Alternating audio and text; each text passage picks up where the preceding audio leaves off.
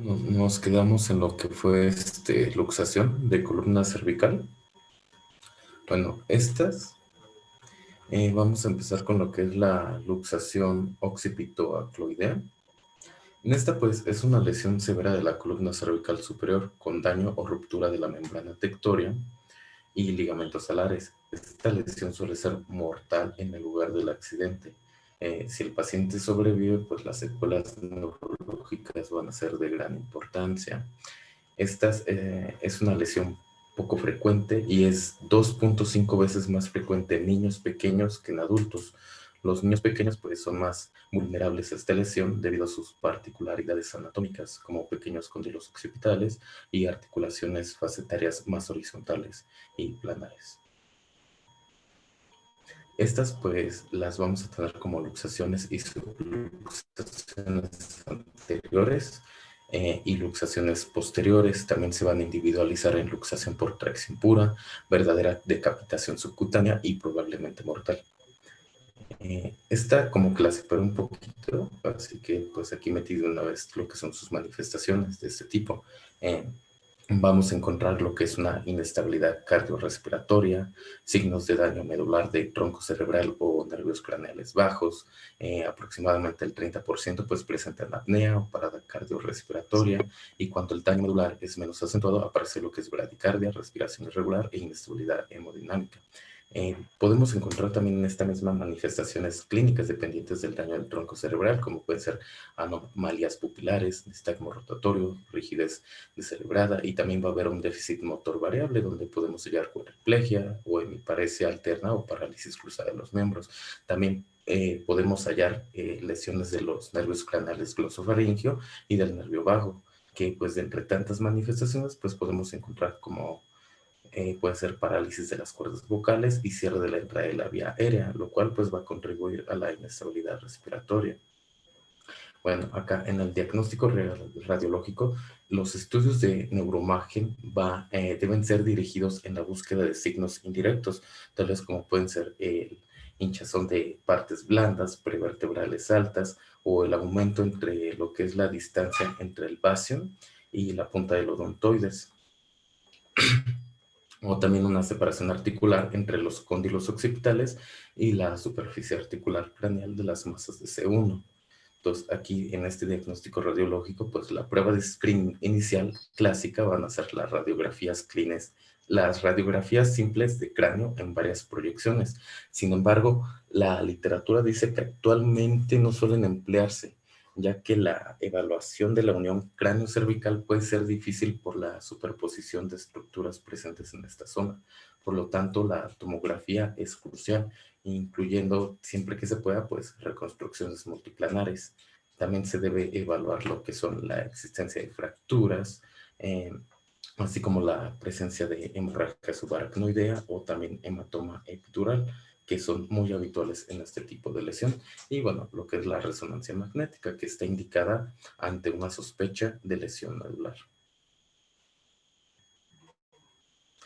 Aquí vamos a encontrar una clasificación que es de Trainelis, que nos los va a dividir en 3 tipos. El tipo 1 consiste en el desplazamiento en dirección anterior del occipucio respecto al atlas. En el tipo 2 es una distracción longitudinal con separación entre lo que es el occipucio y el atlas. Y el tipo 3, pues hay un desplazamiento posterior del occipucio respecto al atlas. En el tratamiento pues va a ser de tipo urgente y como nos habían comentado antes del halo chaleco, aquí se va a usar. En caso de que fuera inestable, pues agregaría lo que es la artrodesis cervico-occipital, que pues es la fijación del occipucio de C1 a C2 o C2. La otra que tenemos pues es la afectación acloxoidea. Esta pues se define por un movimiento excesivo en la unión entre atlas y axis. Pues como resultado de un daño óseo o ligamentoso. Esta la vamos a dividir en 2 tipos, en horizontal y vertical, siendo vertical muy rara, y de la horizontal a que nos vamos a fijar ahorita va a ser la de tipo rotatoria. Entonces, la luxación rotatoria acloxoidea, esta puede presentarse en la edad adulta, pero su incidencia es casi exclusiva de la infancia y preferentemente pues se da más en lo que es el sexo femenino. Esta, pues, puede estar causada por traumatismos banales en ejercicios gimnásticos, en infecciones nasofaringias. Y bueno, aquí hay un dato importante de lo que dice de Grisel, de la enfermedad de Grisel, ya que en niños se ha descrito como esto, como síndrome de Grisel, sin existir antecedentes de traumatismo. El síndrome de Grisel es una subluxación clandoaxial no traumática que suele ser secundaria a una infección o inflamación en la región de la cabeza y el cuello. Y se puede observar después de una cirugía de cabeza y cuello, pero su etiopatogenia no está muy bien esclarecida aún. En adultos, pues, como les dije, es raro, pero sí se puede dar, que ocurre como consecuencia de un traumatismo intenso que produce una rotación brusca. La cabeza, pues, se rota hacia un lado y se inclina para el otro, y no se observa lesión neurológica. También podemos hallarlo en síndrome de Down, artritis reumatoide o en traumatismos graves, y muchas veces aparece espontáneamente. Aquí hay una clasificación que es la de Fielding y Hawkins, que nos va a dividir en cuatro tipos. A tipo 1, pues el Atlas, creo que tengo otra imagen. A ver, sí, ahí está. El tipo 1, pues el Atlas gira sobre la odontoides sin desplazamiento anterior, y esta es la más frecuente. Bueno, la tipo 1 y la 2 son las más frecuentes, pero de esas, la tipo 1, esta es la más frecuente. En la tipo 2, pues hay una dislocación rotacional con desplazamiento anterior del Atlas. Esto va a ser menor a 5 milímetros y se asocia a una lesión del ligamento transverso. En el tipo 3, pues es un grado mayor que el anterior, con un desplazamiento mayor de 5 milímetros. En la otra era menor de 5, o sea, la 2, en la 3, va a ser mayor. También hay una deficiencia completa del ligamento transverso y los ligamentos alares. Y la tipo 4, que es una rotación y desplazamiento posterior del Atlas. En la clínica, aquí vamos a ver algo llamado posición de Cock-Robin, que es vamos a hallar lo que es la cabeza rotada hacia un lado, estando esta ladeada hacia el otro. También vamos a hallar lo que es la tortícolis dolorosa. Aquí el paciente se presenta con la cabeza en rotación persistente dolorosa, esto es con la cabeza en flexión lateral, al lado opuesto en que apunta el mentón. También hay una resistencia firme a la rotación de la cabeza en dirección contraria al lado opuesto del mentón. En cambio, hay escaso dolor al rotar la cabeza aún más hacia lo que es el lado del mentón. También suele asociar un espasmo palpable del músculo esternocleidomastoideo en el lado del mentón.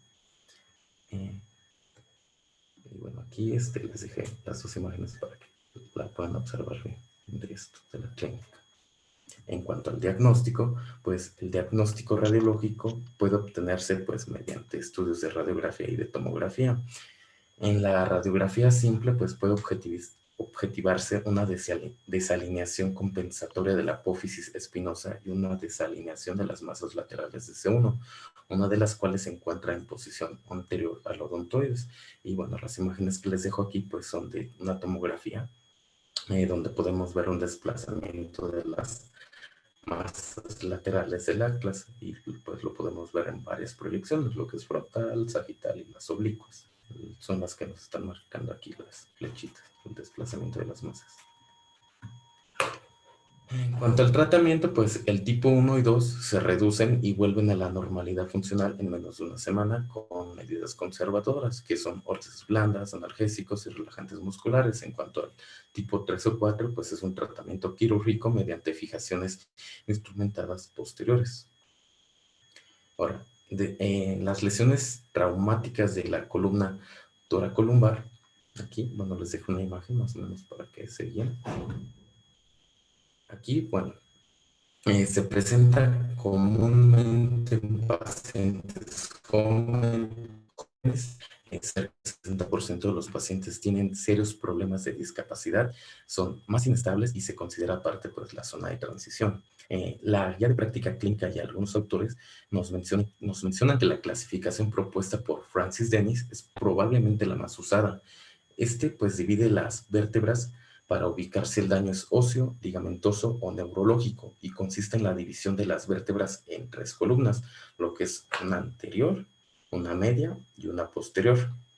Esta pues se basa en imágenes obtenidas mediante tomografía axial, enfatizando la importancia de la columna media. Combina también el aspecto estructural y el grado de inestabilidad. Bueno, aquí les dejo más o menos lo que comprende cada uno.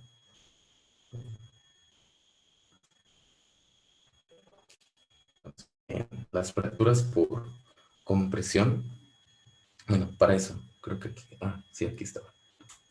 Dentro de esto, pues, de estas lesiones vamos a encontrar 4 tipos. Entonces, la primera va a ser la de fracturas por compresión. Esta, pues, es la más frecuente en un tipo osteoporótico. Tenemos aquí que una flexión anterior y lateral puede conducir a un fallo de la columna anterior. En la radiografía se aprecia una disminución del cuerpo vertebral, mientras que la parte posterior permanece intacta. Normalmente son estables y rara vez se asocian a lo que es un daño neurológico. Cuando la pérdida de altura del cuerpo vertebral es menor del 50% y las columnas media y posterior están intactas, es cuando estamos hablando de una lesión estable. Dentro de la clínica vamos a tener que, si es aguda, pues se va a manifestar como dolor de espalda brusco con traumatismo mínimo o inexistente. Si es crónico, se apreciará una pérdida progresiva de altura con aparición de deformidad de la columna y un abdomen prominente.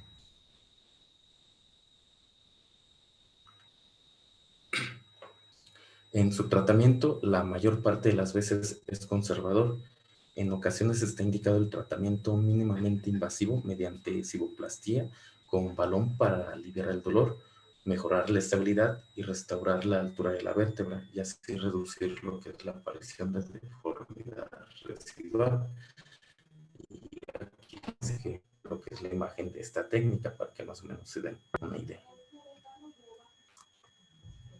Tenemos también dentro de las otras clasificaciones lo que son las fracturas por estallamiento, cinturón de seguridad o fractura luxación, que son estas mismas aquí como que resumidas.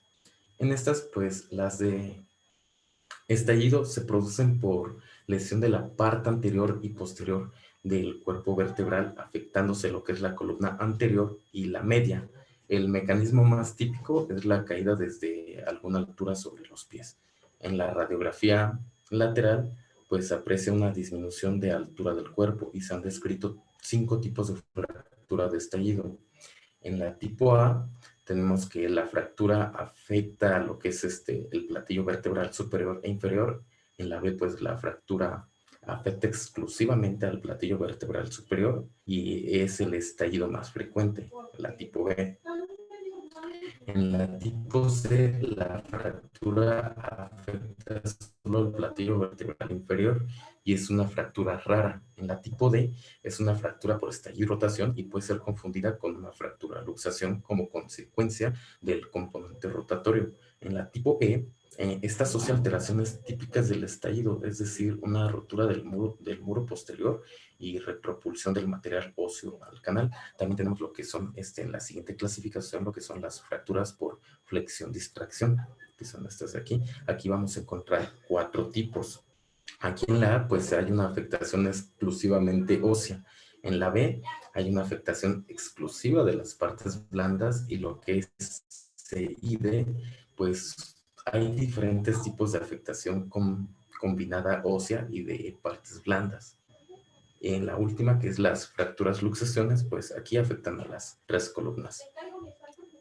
Tenemos lo que es por mecanismo de flexión-rotación, donde bueno, esta lesión implica una rotura completa de las columnas posterior y media, en su aspecto óseo o discal, sometidas a fuerza de tensión y rotación. Entonces, la columna anterior puede lesionarse por fuerzas de rotación o de compresión, y es frecuente la asociación de esta lesión con fracturas múltiples de la apófisis transversa o fracturas costales. En lo que es A y B, podemos ver que solo se rompe una articulación, mientras que en lo que es C y D se observa un trazo que pues aísla una rodaja del cuerpo vertebral, que no sé si se alcanza a ver, pero aquí está. En el otro, que es mecanismo de cizallamiento, pues aquí Las fuerzas que se aplican sobre la columna vertebral tienen dirección contrapuesta. Aquí se produce un desplazamiento anterior o posterior de una vértebra con respecto a la adyacente. Aquí fíjense en la parte de arriba, es que creo que no se ve mi mouse porque es blanco, pero fíjense en la parte de arriba de donde está los de cizallamiento. Cuando la fuerza se aplica de atrás adelante, se puede producir una disrupción del arco posterior que se queda en su posición. Sin embargo, en la parte de abajo, si el cizallamiento es antero-posterior, el desplazamiento del cuerpo es hacia el lado posterior. Y por último, pues la última es la tipo C, que es la fractura luxación por mecanismo de flexión distracción. Aquí la columna anterior, pues se mantiene íntegra. La columna media y posterior se van a romper. En cuanto al diagnóstico, pues el diagnóstico de la lesión ósea puede llevarse a cabo con una gran precisión mediante rayos X y tomografía. La resonancia magnética es útil en la identificación de la inestabilidad y bueno, cada fractura debe ser tratada sobre la base individual y como una entidad única. Las fracturas estables sin deformidad grave van a ser de forma conservadoras, mientras que las fracturas con una lesión de la médula y un déficit neurológico progresivo van a ser de manera quirúrgica. Bueno, la guía de práctica clínica nos marca un algoritmo que resume prácticamente lo que es el diagnóstico y tratamiento. Aquí pues nos dice primero, si el adulto que sufrió traumatismo y hay una sospecha de la lesión vertebral, nos dice si hay una sospecha vertebral, pues se van a solicitar lo que son radiografías simples de la columna. Después vamos a ver si hay presencia de fractura de la vértebra toracolumbar. En caso de que sí, pues se solicita lo que es la tomografía. Si presenta la fractura, pues entonces vamos a ver si la fractura es inestable y en caso de que lo sea, pues se va a considerar el tratamiento quirúrgico. Después, si hay nos dice que si presenta falla del soporte anterior, pues hace una fijación posterior. Digo, si no presenta falla de soporte anterior, pues hace fijación posterior. En caso de que presente falla de soporte anterior, pues hace lo que es la fijación anterior y posterior. Y posteriormente, en ambos casos, hace lo que es la rehabilitación temprana y una valoración en 6 semanas. Pues viendo si hay secuelas permanentes para ver si se da de alta o si se envía a medicina del trabajo.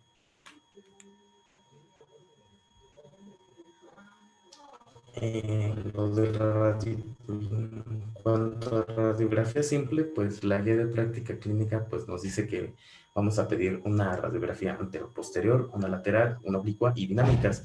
Esto pues buscando lo que son los hallazgos de anomalías de la alineación, una angulación cifótica, una disrupción del margen posterior del cuerpo vertebral y ensanchamiento de la distancia interpendicular, un estrechamiento del espacio discal y un ensanchamiento de la articulación facetaria, dejando al descubierto pues alguna de las facetas.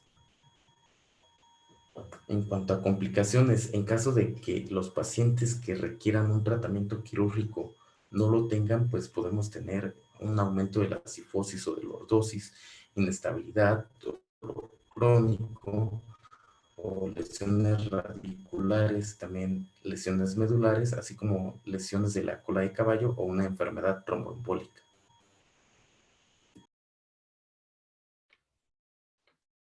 Bueno, ahora vamos a comenzar con el tema de hernias discales.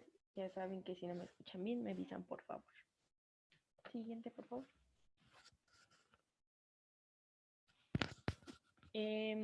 Tenemos como definición que es un desorden resultante de la ruptura del disco intervertebral. Y la segunda definición es que es un desplazamiento o rotura del disco intervertebral. En cualquiera de las dos situaciones, pues obviamente involucra el disco intervertebral. Siguiente, por favor. Para la epidemiología, encontré que lo más frecuente es en países industrializados. Alrededor del 20% de la población adulta padece alguna forma de dolor crónico con más frecuencia en la parte baja o en la parte lumbar de la espalda. Y este dolor de la espalda baja constituye un 25% de las incapacidades laborales que se dan y también involucra una pérdida de 1.400 días por cada 1.000 trabajadores al año. El sexo más afectado obviamente es el masculino por el tipo de trabajo que realizan, y el predominio de edades de 40 a 50 años. La región más anatómica más afectada, como lo mencionábamos, pues es la columna lumbar. Siguiente. Gracias. Para la etiopatogenia, se presenta normalmente por debajo de C2 y por encima de S1 las hernias discales. Como ya recordamos, como ya sabemos, pues el disco intervertebral está formado por el núcleo pulposo, el anillo fibroso y las placas cartilaginosas. Entonces, lo que vamos a rescatar de esta información es que el disco puede salirse de su lugar, es decir, que se va a formar la hernia, o también puede romperse a causa de alguna lesión o alguna distensión. Y cuando esto sucede, puede haber una presión sobre los nervios raquídeos. Entonces es muy importante que a la hora de que nosotros hagamos la exploración física, hagamos una buena exploración para saber si hay algún nervio involucrado. Normalmente esto puede llevar a que se presente un dolor, entumecimiento o debilidad, que ahorita lo vamos a ver en el cuadro clínico. Y en el caso de que se presente alguna ruptura discal, lo más común es que se presente entre L4 y L5 y L5 y S1. Esto se presenta más o menos en un 90% de todos los casos. Y aproximadamente de ese 90%, el 50% corresponde a los espacios de L3 y L4, y muy rara vez involucra de D12 a L1 y de L2 a L3, pero es muy raro. ¿Qué más? También puede haber ocasiones en que se puede provocar una hernia por la deshidratación natural, que sería por el envejecimiento del núcleo pulposo.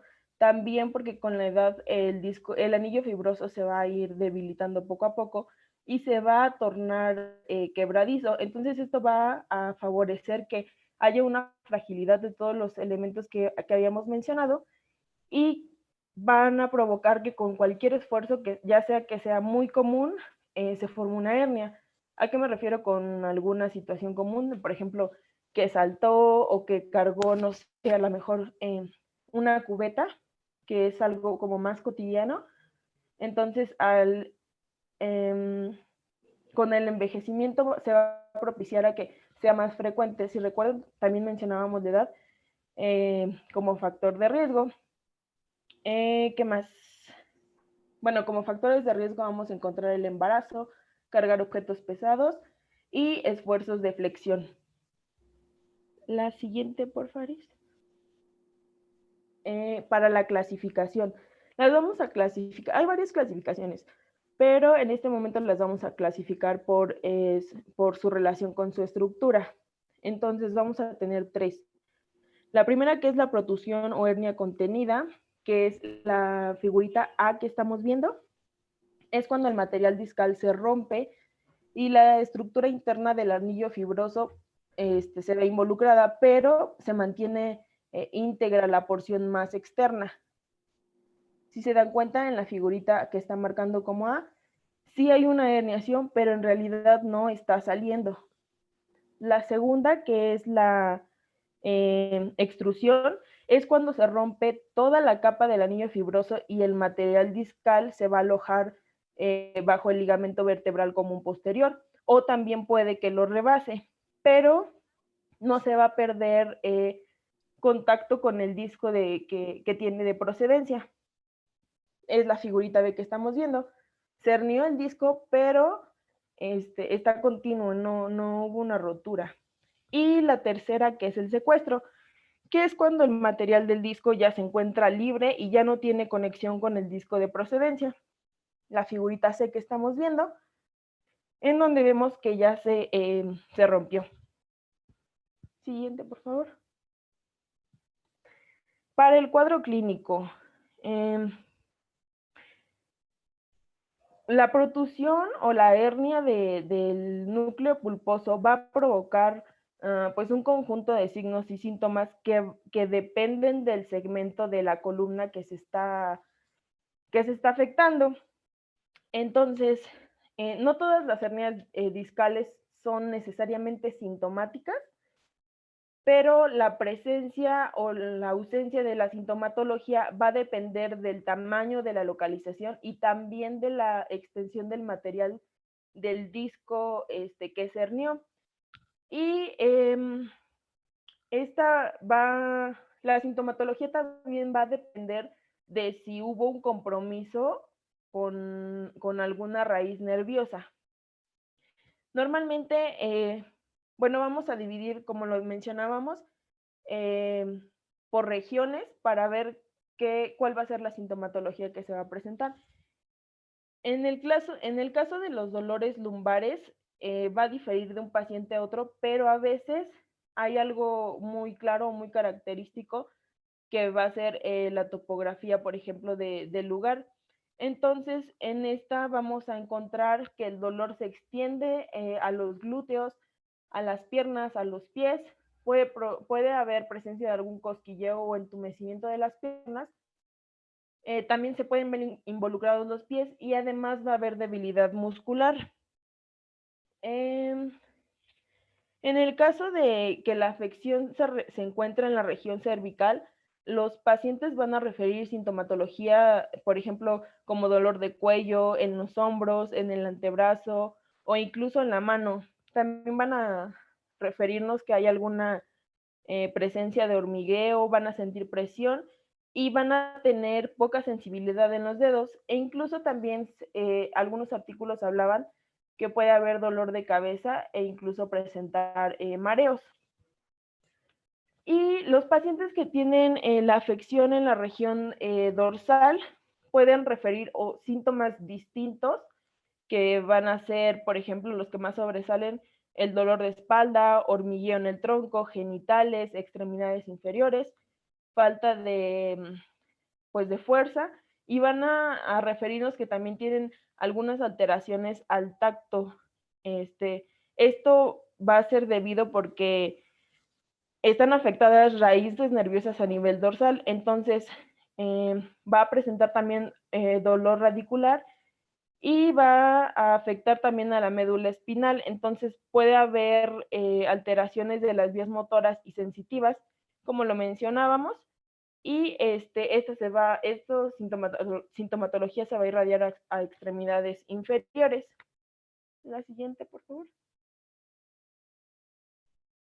Para el diagnóstico, este lo vamos a realizar con tres aspectos. El primero es el cuadro clínico.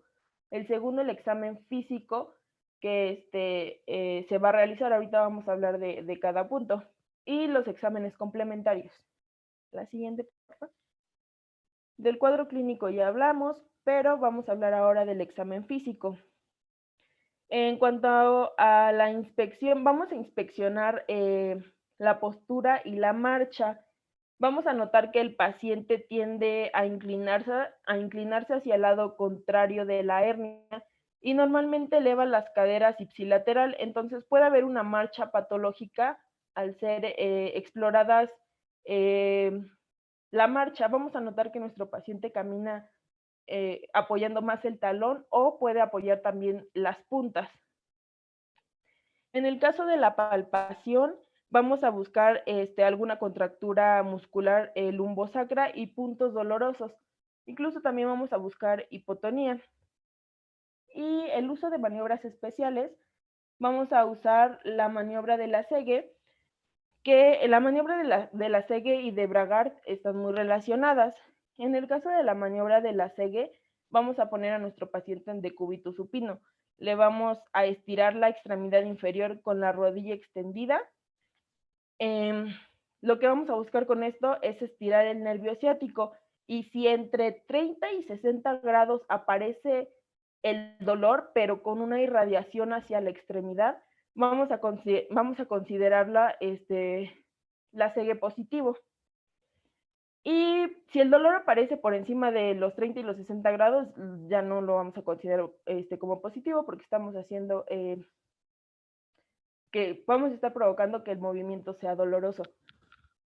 Y en el caso de Bragard, consiste en hacer bajar al paciente la extremidad hasta el momento en el que desaparezca ese dolor que nos estaba refiriendo. Entonces, vamos a ordenar a nuestro paciente que haga una flexión dorsal del pie, como lo estamos viendo en la imagencita. Y si esto le produce dolor, nos va a indicar una afección radicular. Para el siguiente, la siguiente maniobra, que es la de Patrick Favere, tenemos que vamos a tener el paciente, que es el de la imagen de la derecha que están viendo, en decúbito supino, va a flexionar una rodilla y el talón de esta pierna la vamos a flexionar para que se apoye sobre la rodilla contralateral que está extendida. Vamos a hacer una presión hacia abajo y hacia afuera sobre la rodilla flexionada, manteniendo fija la pelvis. Si se dan cuenta, se está presionando un poquito sobre la espina ilíaca, pero esta presión se hace de lado contralateral, entonces hay que tener en cuenta que la aparición del dolor al realizar esta prueba no siempre nos va a indicar que hay una afección sacroilíaca, porque puede desencadenar dolor en caso de que ya tenga alguna coxopatía previa.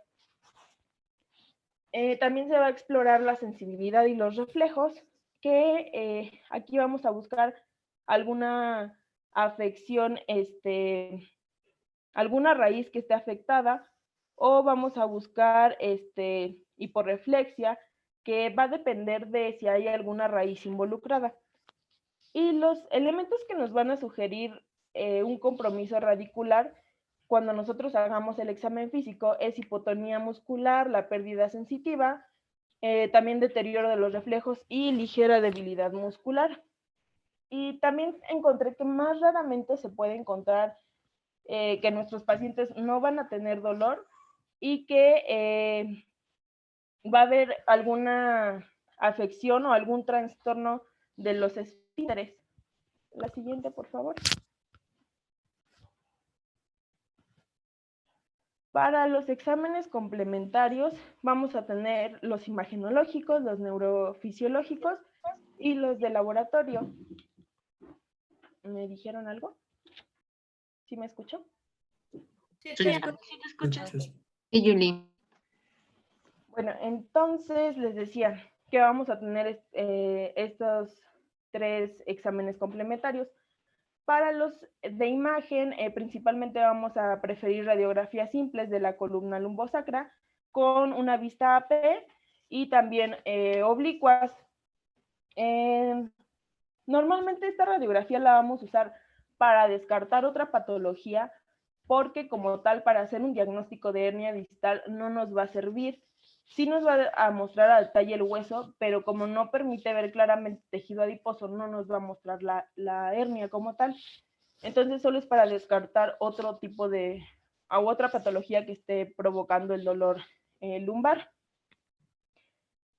También mencionaba que se puede hacer una mielografía, pero les puse ahí un tachecito porque pues actualmente, o por lo menos en lo que leí en los artículos, es que ya no se usa por la agresividad que implica inyectar contraste en el interior de la raquis.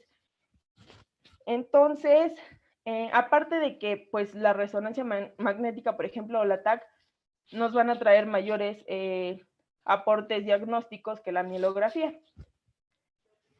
Y la resonancia magnética, como les mencionaba, pues tiene una elevada especificidad, no hay riesgo de radiación, por ejemplo, si la comparamos con la TAC, y nos van a ayudar a detallar mejor. Ahorita les voy a enseñar unas imagencitas.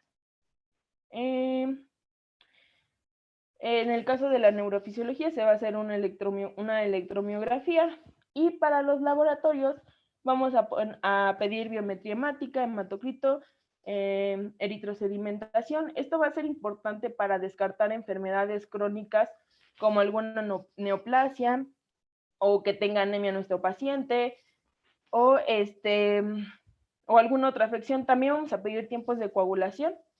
Y la siguiente, por favor.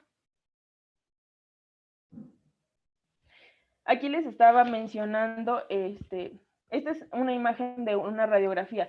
Les está señalando una hernia discal, perdón, pero en realidad no nos está dando un diagnóstico. Siguiente, por favor. Estas son imágenes del ataque. Estas sí son más evidentes, si se dan cuenta, en la imagen de la izquierda, ahí se los está señalando, esa es la hernia.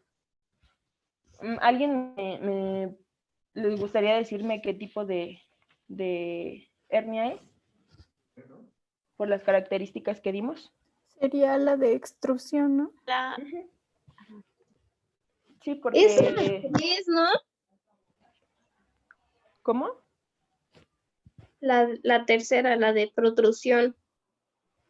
La primera que dimos fue de protrusión, pero la de protrusión se daban cuenta, bueno, es que sí puede ser también entre la de protrusión y la de extrusión, porque en realidad no está saliendo como tal, pero yo le iría más a la de extrusión.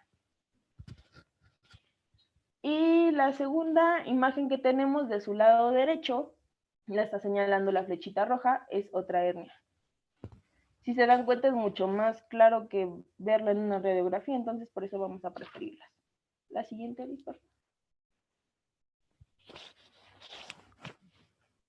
Tenemos ahí una resonancia magnética en la que vemos aún más claro la hernia. En la primera imagen estamos viendo, la está señalando la flechita blanca, exactamente ahí. En la segunda también le está señalando la flechita blanca.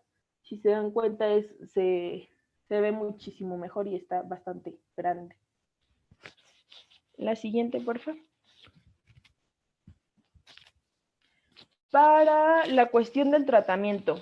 Obviamente nuestro tratamiento, el objetivo principal va a ser reducir o evitar el daño al tejido nervioso que se encuentre presionado por la herniación.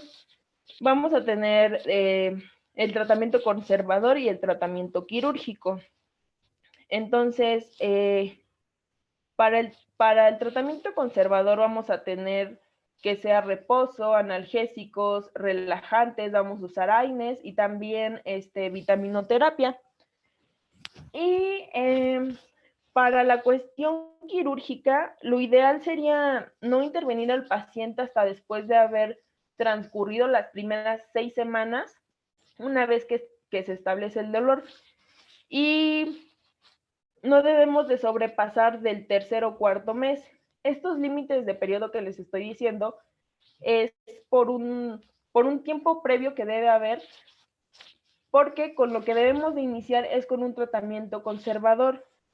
Entonces, si el reposo y el tratamiento conservador que ya le indicamos a nuestro paciente no funciona, entonces ya vamos a irnos con la cuestión quirúrgica. Pero recuerden no hacer el tratamiento quirúrgico antes de 6 semanas, ni después del tercer o cuarto mes. El siguiente, por favor. Para las indicaciones quirúrgicas, las vamos a dividir en absolutas y relativas. Las absolutas si nuestro paciente tiene trastornos motores o trastornos de esfínteres, esto va a ser una emergencia porque pues se están viendo involucradas situaciones importantes. Si el déficit motor o la debilidad que está sintiendo nuestro paciente es progresiva, también va a ser una indicación absoluta. Y para las indicaciones relativas, tenemos que si se va a realizar si falló el tratamiento conservador que habíamos mencionado, a pesar de que ya se indicó todos los analgésicos, el reposo, antiinflamatorios, y nuestro paciente no siente alivio, entonces se va a indicar. Y también como indicación relativa va a estar involucrado el dolor lumbociático externo. Y eso sería todo.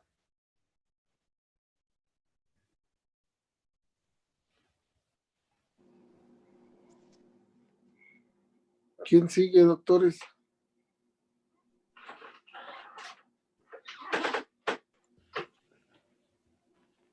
Vamos con trauma abdominal y pélvico.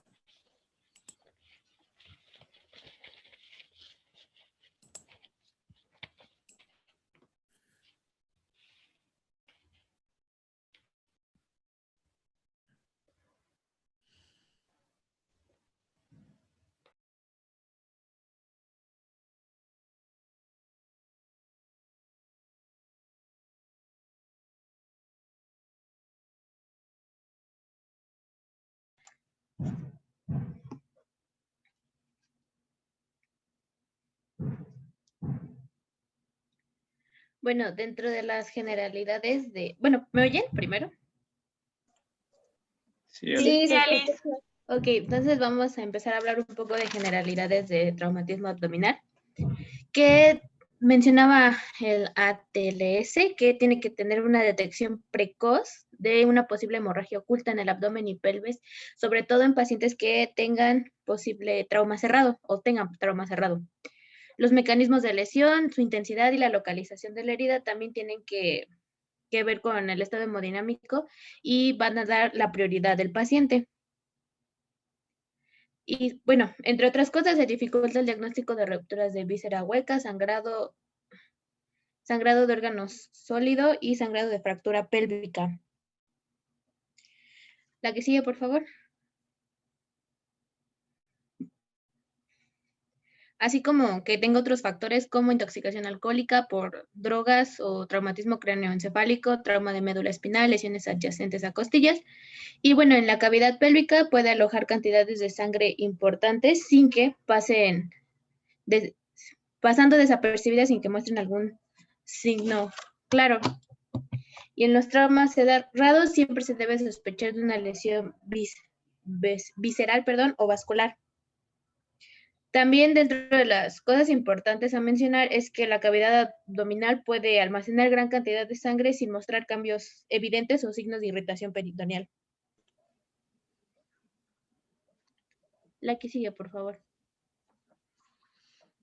También mencionaba en la literatura un poco de anatomía, no nada profundo, sino que denotar cuáles son las áreas mayormente afectadas y qué tipo de vísceras van a contener. A manera rápida, lo va a dividir en 4 partes. En la primera vamos a encontrar el abdomen anterior, que va a ser el área entre los rebordes costales en la parte de arriba. En la parte de abajo van a estar los ligamentos inguinales y también la sínfisis púbica. Y en las laterales van a estar las líneas axilares. En la región tóraco-abdominal, en la parte anterior va a estar delimitada por la parte inferior de la línea mamilar. Ahí está, a ver, lo voy a anotar aquí. En esta parte por la línea inferior mamilar, en la parte posterior, bueno, no se ve aquí, pero está por abajo de las escápulas, y también en la parte de abajo van a estar los rebordes costales. La siguiente, por fin. El flanco va a ser un área limitada en las axilas, en la línea axilar anterior y la línea axilar también posterior, desde lo que es el sexto espacio intercostal hasta la cresta ilíaca. Y esto va a ser importante porque van a ser como que en los lugares donde van a estar las lesiones por trauma abdominal. Gracias a la siguiente. En la parte del dorso vamos a encontrar que son las líneas axilares posteriores, desde los puntos de las escápulas, donde terminan, hacia abajo, hasta las crestas ilíacas. Ambas, tanto el espacio dorsal como también los flancos, van a contener los órganos retroperitoneales como aorta, abdominal, la vena cava inferior, el duodeno, páncreas, riñones, parte del colon ascendente, parte del colon descendente. Y mencionaba que hay que tener cuidado en estas zonas porque puede estar una hemorragia oculta y esto pues va a complicar aún más al paciente. Y como lo dijo Alicia, hay veces en las que no pueden, no aparecen síntomas o signos tempranos de una hemorragia, entonces hay que tener cuidado en estas zonas. Lance la siguiente, por favor.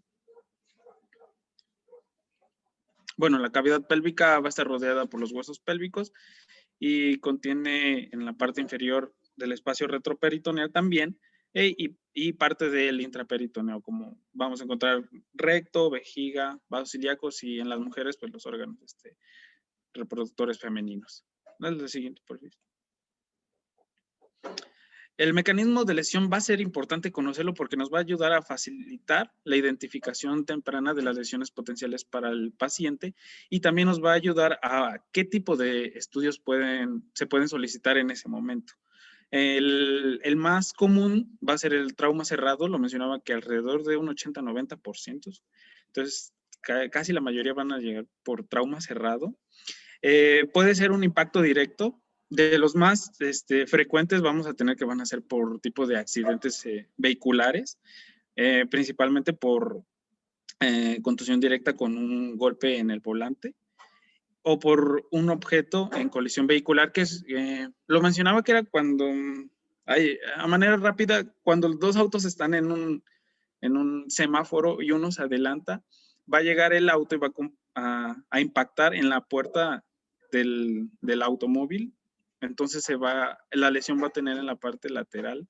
Por eso era importante conocer los flancos y la lesión se va a dar, digamos, en esta parte. Ese es el segundo tipo de trauma por el que llegan, que va a generar compresión y lesión por aplastamiento de las vísceras abdominales y también de los huesos pélvicos. Dale la siguiente, porfis. Tenemos dos tipos de lesiones, por cizallamiento, por aplastamiento. Como ven, estas son lesiones, o bueno, son típicas que se ven por la forma de lo que es el cinturón de seguridad. Esas son por lesiones por cizallamiento o aplastamiento, o también un tipo de lesión que va a ser por desaceleración. Esa es pues, lesión del mesenterio y de intestinos. Lo que va a causar este tipo de trauma cerrado, ves que va a deformar los órganos sólidos y también las vísceras huecas, ocasionando una hemorragia y puede que llegue a una contaminación por que va a salir todo el contenido intestinal y que de esta forma, bueno, de que de esta manera se genere lo que es una peritonitis. Vamos a la siguiente, por fin. Dentro de los órganos lesionados con mayor frecuencia vamos a encontrar el vaso en un 40%, el hígado en un 35% y los intestinos delgados también se van a ver lesionados, pero en menor frecuencia. Dale a la siguiente, por favor. También lo mencionaba que hay que contemplar esta parte, pero solamente lo que le compete para trauma abdominal en su mayoría va a ser por cinturón de seguridad del automóvil, que es de 2 puntas, que como vieron el mecanismo de lesión va a ser por compresión y una hiperflexión, que puede generar un desgarro del mesenterio, ruptura intestinal, trombosis de la arteria ilíaca, también lesión en la aorta abdominal, una fractura vertebral, entre otras. Mencionaba estos dos, pero estos estaban más asociados, como ya lo vieron, a trauma torácico, y también la bolsa puede lesionar la parte superior del tronco.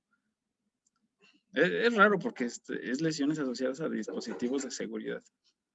Es como que un poco pues raro. Dale a la siguiente, porfis.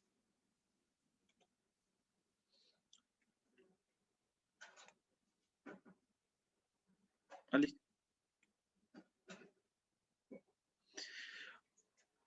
Bueno, también en una segunda parte, ya bueno, menos frecuentes. Es que se metió otro. ¿Carlos? Perdón, es que no conectaba mi micrófono. Pero sí cambió. Bueno. Está en la diapo de trauma penetrante. No, sí, pero no cargaba mi audio. Ya estás. Continúa. Perdón. Sí, continúa. Bueno, por otro lado tenemos el trauma penetrante, que es en aproximadamente de un 10 a un 20% de los casos. Esto ocasiona daños a los tejidos lacerándolos y cortándolos, y generalmente se produce por armas blancas y armas de fuego. Lo más común para las armas blancas que se afecte son el hígado en un 40%, el intestino delgado en un 30%, el diafragma en un 20% y el colon en un 15%, mientras que los órganos que se lastiman por arma de fuego generalmente es el intestino delgado en un 50%, el colon en un 40%, hígado en 30% y estructuras vasculares abdominales en un 25%. Lo importante dentro de los proyectiles está basado en la trayectoria que estos tienen, su cavitación, así como los fragmentos que pueden incrustarse en otras partes. Cuando se trata de una escopeta, va a depender mucho la distancia entre esta y la del paciente, que va a determinar la gravedad de las heridas.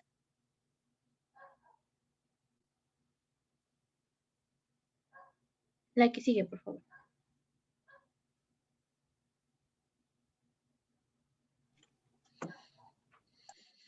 Como les decía Alicia, era Y bueno, importante en el traumatismo por explosión es...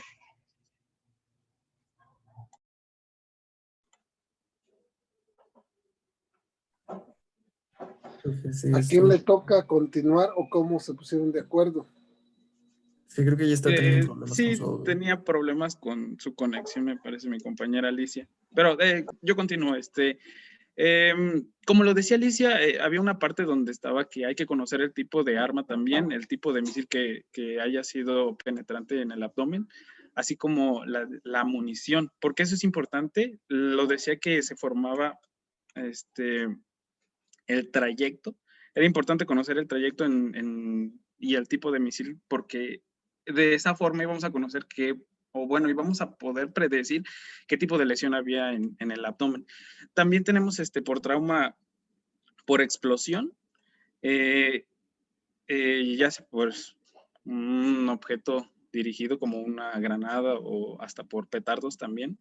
El mecanismo va a ser por penetración de los fragmentos y las lesiones también por el proyectil. Es importante también contemplar de que no solamente van a estar lesionados donde fue la explosión o a donde llegó los misiles, porque pueden haber lesiones adicionales como en los tímpanos o en otras partes donde están, digamos, ocultas, y es lo peor porque van a tener manifestaciones de tipo tardías. También las distancias, obviamente, entre más cerca va a ser mayor el grado de lesión. Puede llegar a afectar hasta los pulmones o también como vísceras huecas, dependiendo qué tan cercano o lejano esté de donde ocurrió el hecho. Dale a la siguiente, por favor.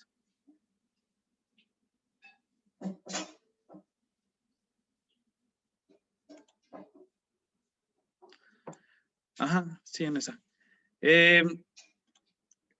Hay que tener también cuidado en lo que son lesiones no reconocidas, porque no se debe de subestimar el grado de energía que haya entrado en un trauma contuso.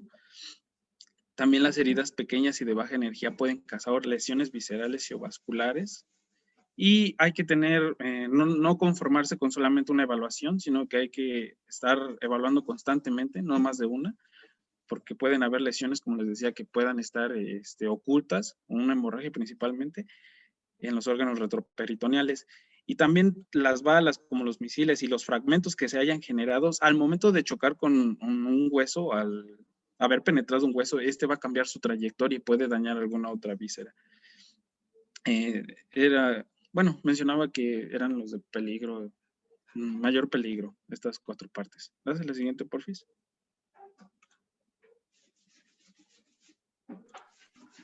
Ya hablando de evaluación y manejo, pues primero que nada, tenemos que realizar una historia clínica orientada dependiendo del incidente o el accidente que haya provocado el trauma abdominal. Una pregunta, ¿me escuchan bien todos? Sí, Uri. Sí, te escucho bien. Ok, continúo. Si estamos hablando de una colisión vehicular, lo que a nosotros nos interesa preguntar o indagar es la velocidad a la que iba el accidentado, tipo de colisión, si fue frontal, si fue lateral o si fue trasera, los dispositivos de seguridad utilizados, porque ya lo comentó mi compañero Carlos, también lo que son cinturones de seguridad y bolsas de aire pueden generar traumas a nivel abdominal. Para pacientes con lesiones por caída, es importante saber la altura de la caída, debido a que entre más alto desde más altura es más el daño a nivel abdominal o es más grave la lesión por desaceleración. Si hablamos de trauma penetrante, cuando evaluamos a un paciente que ha sufrido un traumatismo penetrante, lo que nos interesa es el tiempo transcurrido desde la lesión, el tipo de arma, por ejemplo, si fue un cuchillo, una pistola, un rifle, una escopeta, la distancia del atacante, porque también lo comentó mi compañera Alicia, eso sobre todo va a servir en heridas causadas por escopeta, ya que la bibliografía que nosotros consultamos dice que la probabilidad de lesiones viscerales disminuye cuando la distancia supera a unos 3 metros. También nos importa el número de heridas de arma blanca o de proyectiles de arma de fuego y la cantidad de sangre en el lugar del incidente, si esta es cuantificable. La que sigue, por favor. El examen físico. Aquí tenemos que seguir una secuencia. Permítame un segundo.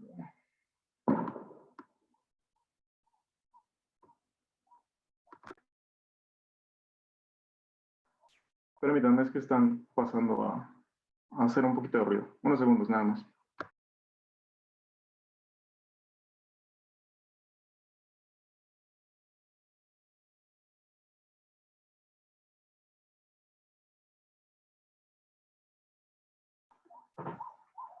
Ya. La secuencia es inspección, auscultación, percusión y palpación. En inspección vamos a buscar abrasiones, contusiones por los sistemas de seguridad, laceraciones, heridas penetrantes, cuerpos extraños o evisceración. La auscultación, aquí la presencia o no de sonidos intestinales no necesariamente se correlaciona con la lesión. En cuanto a la percusión, dice que esta puede generar un estímulo peritoneal. Y la palpación, aquí la palpación puede diferenciar un dolor superficial o uno pues profundo. La que sigue, por favor. La bibliografía que consultamos para la evaluación pelviana es sobre todo para fractura de pelvis.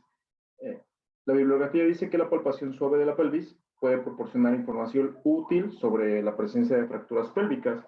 Vamos a sospechar de una fractura de pelvis cuando exista una evidencia de ruptura de la uretra. Esto generalmente se ve con sangre en el meato o hematuria. También vamos a ver la diferencia a lo largo de las extremidades inferiores y deformación rotacional en la pierna, esto sin que haya ninguna fractura. La que sigue, por favor. En tubo gástrico y urinario también tenemos que evaluar la presencia de sangre en el contenido gástrico. Esta va a sugerir, si es superior, va a sugerir una lesión esofágica. La hematuria va a evidenciar un traumatismo en el tracto genitourinario y la ausencia de hematuria no va a excluir una lesión. En los pacientes que tengan una herida penetrante podemos hacer un examen rectal. Esto lo vamos a utilizar para evaluar el tono del esfínter y buscar sangre evidente, lo que puede indicar una perforación intestinal. La que sigue, por favor.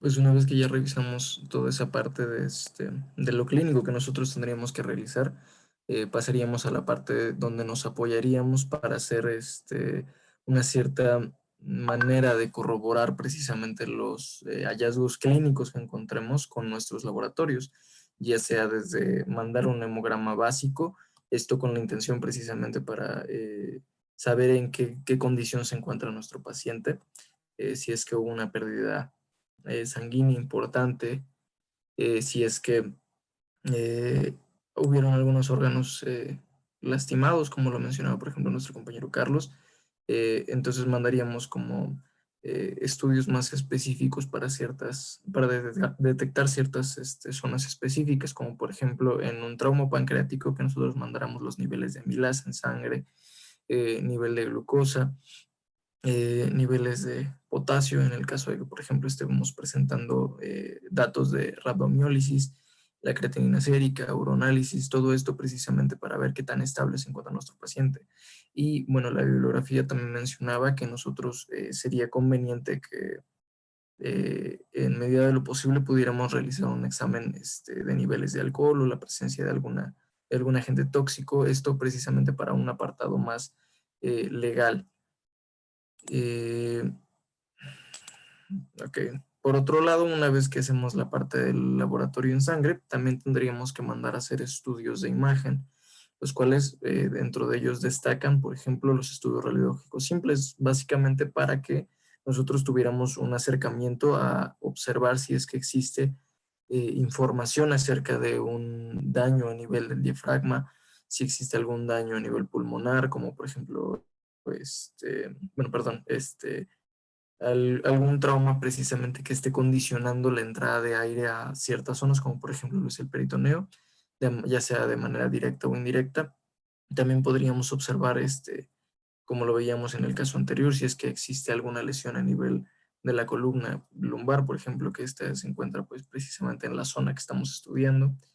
Y bueno, por ejemplo, lo podríamos observar aquí, donde precisamente el estudio radiológico nos permitiría que nosotros hiciéramos la comparativa de imagen y de ahí tomar nosotros decisiones para el manejo subsecuente. Otro que, por ejemplo, nos mencionaban el día de ayer, que era el ultrasonido de tipo FAST. Esto precisamente para que nosotros tuviéramos la oportunidad de hacer un estudio de manera rápida que nos permita, por ejemplo, encontrar la presencia de un hemoperitoneo. Tiene una muy alta sensibilidad y también una muy alta especificidad. Las únicas situaciones en las cuales nosotros no tendríamos indicado a este tipo de estudio, pues sería cuando el paciente, nosotros ya tuviéramos la indicación de que va a ser sometido a quirófano para realizar, por ejemplo, una laparotomía. Y básicamente, pues su fundamento, ya lo reconocíamos el día de ayer, es que encontrábamos que son 4 zonas específicas, como lo son la perihepática, la pericárdica, la esplénica y la pélvica. Esto precisamente pues para darnos luz acerca de la situación de cómo se encuentran las zonas, o mejor dicho, los contenidos de estas zonas que estaríamos estudiando. Una imagen representativa de precisamente las 4 zonas que estaríamos nosotros observando. Otro que nos podríamos ayudar sería precisamente de la tomografía computarizada, la cual pues va a ser una herramienta bastante importante para el manejo de trauma abdominal y abdominopélvico cerrado. Las indicaciones, por ejemplo, para mandar este estudio son pacientes que se encuentren estables, hablando hemodinámicamente, aquellos pacientes que puedan ser trasladados y que además consideremos nosotros que tienen la capacidad de tolerar el estudio, porque pues si también recuerdan, una manera de cómo nosotros nos ayudamos es precisamente con la administración de un medio de contraste que nos permita dilucidar precisamente las zonas de estudio.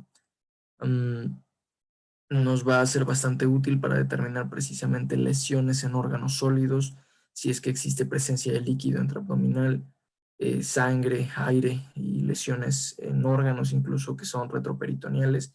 El único problema que tiene es que no es muy útil cuando nosotros estamos presentando, o nuestro paciente, mejor dicho, presenta lesiones a nivel de diafragma, intestino o inclusive a nivel pancreático. Para esto mejor tendríamos que realizar otros estudios como ya los habíamos mencionado en las diapositivas anteriores.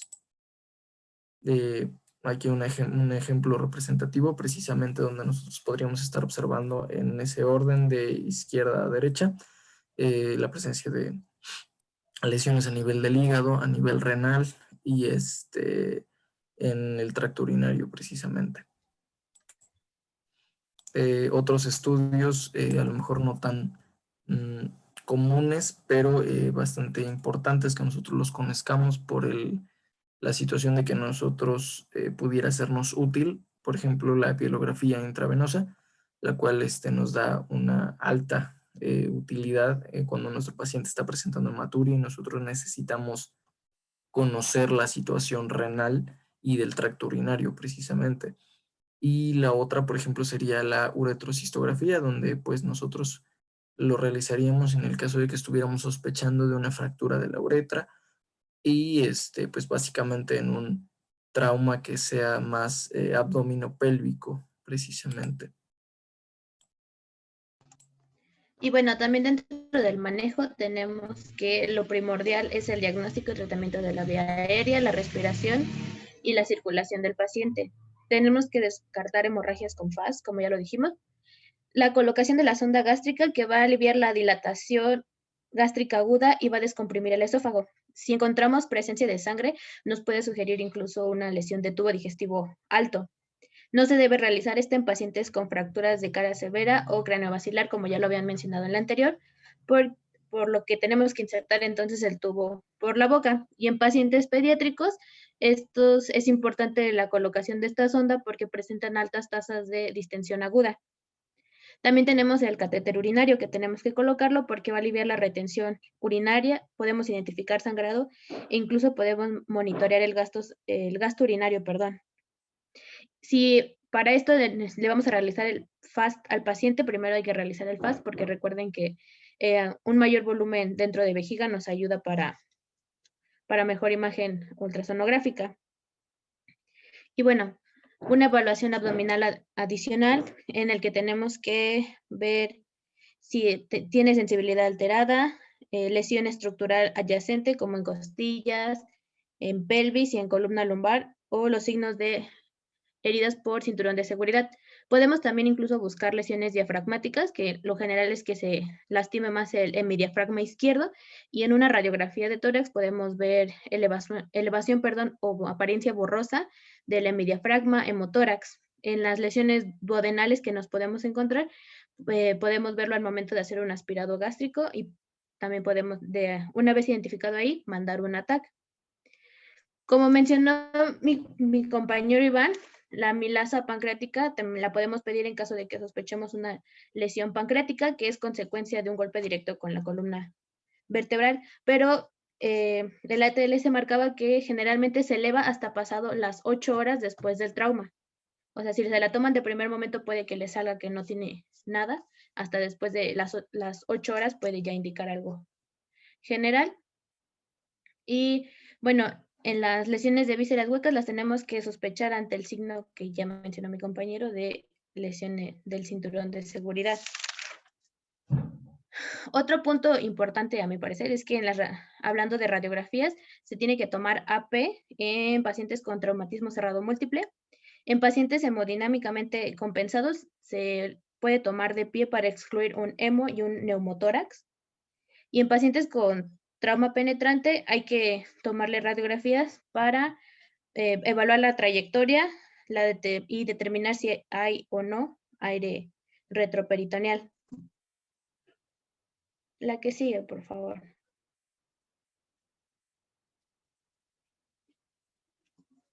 Y bueno, tenemos la laparoscopia diagnóstica, que por su alto costo no debe realizarse de manera rutinaria. Esta únicamente se realiza en pacientes hemodinámicamente estables con trauma penetrantes. Este no tiene la ventaja de que nos brinda opción para revelar lesiones, pero no tan severas como para justificarla de manera rutinaria. Otros, tiene que haber anormalidad. Perdón, ahorita les voy a explicar las indicaciones para la parotomía. La que sigue, por favor. Y bueno, sus indicaciones es que tenga un trauma abdominal cerrado con hipotensión, con un FAST positivo, o que tengamos una evidencia clínica de una hemorragia intraperitoneal sin otra fuente de sangrado. Tenemos hipotensión con herida abdominal que penetra la fascia anterior, heridas por armas de fuego que penetran la cavidad peritoneal, que haya evisceración, sangrado del estómago, del recto o del tracto geniturinario después de un trauma penetrante, que tenga peritonitis, aire libre o aire retroperitoneal o ruptura del hemidiafragma, y que en una TAC contrastada se demuestre la ruptura del tracto gastrointestinal, lesión de vejiga intraperitoneal, lesión del pedículo renal o una lesión severa del parénquima visceral. La que sigue, por favor. También tenemos otro que es el lavado peritoneal diagnóstico, que esta se utiliza en vez de la punción abdominal. Es rápida y es precisa. Entonces también su uso precoz nos ayuda a realizar una laparotomía más pronto. Esta se tiene que hacer después de hacer una descompresión gástrica y urinaria para eliminar la posibilidad de que tenga efectos secundarios. Se realiza sobre todo en pacientes hemodinámicamente inestables con heridas múltiples y en pacientes hemodinámicamente estables en caso de que no exista un FAST o una tomografía a la mano. Pero sus contraindicaciones es que haya una cirugía reciente en el paciente, en pacientes obesos que tengan cirrosis también avanzada y una coagulopatía preexistente. La que sigue, por favor. La desventaja de pues es que es un método invasivo para el paciente, pero sigue siendo útil aun cuando no responde a la resucitación y en el ultrasonido es negativo. Pero no detecta lesiones en diafragma ni retroperitoneales. La que sigue, por favor. Y bueno, la técnica se va a introducir un catéter. La anterior, por favor.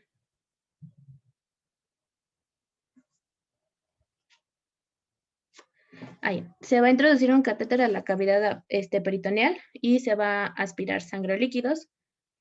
Si no existe nada, se va a infundir 1 litro de solución salina normal tibia o 10 mililitros por kilogramo en niños.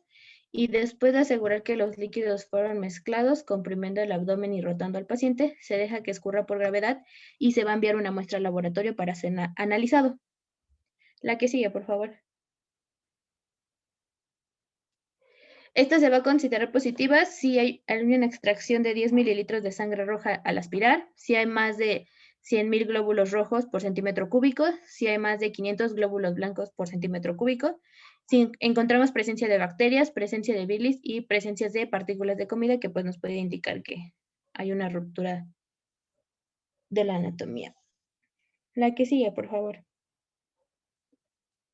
Y bueno, en esta tabla que viene en el ATLS nos menciona las ventajas, las desventajas y las indicaciones para realizar el lavado peritoneal diagnóstico, el FAS y una tomografía.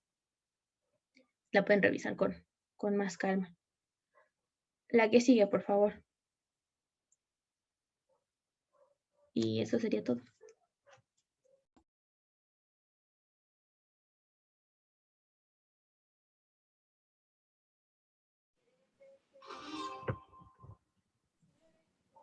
Lo que sigue, ¿no? Sí, por favor. Juan, ¿proyectas por fin?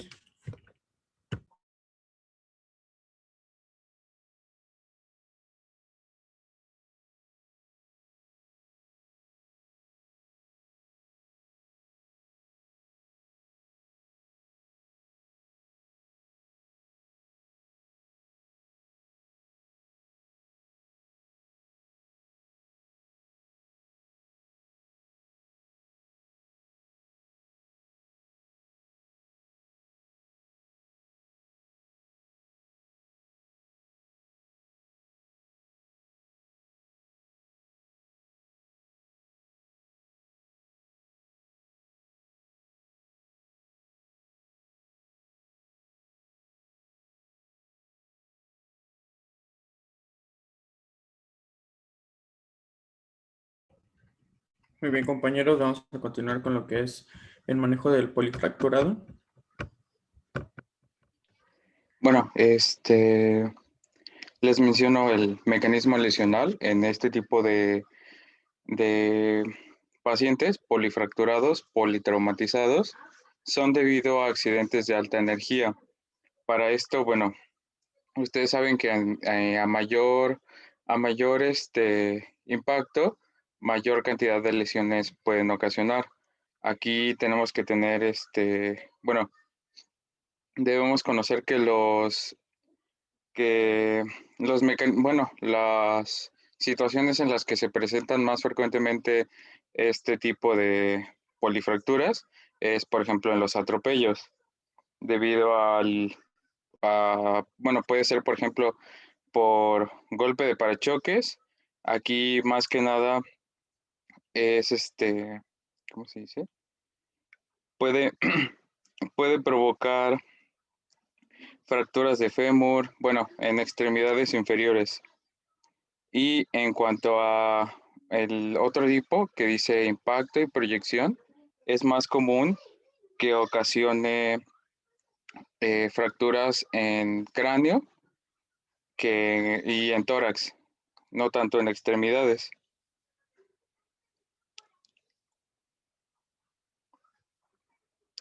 Bueno, los accidentes automovilísticos, como les había mencionado, pueden causar, dependiendo de la zona de impacto de la persona, traumatismos craneoencefálicos, lesiones cervicales, fracturas de rodilla, como pueden observar en la imagen.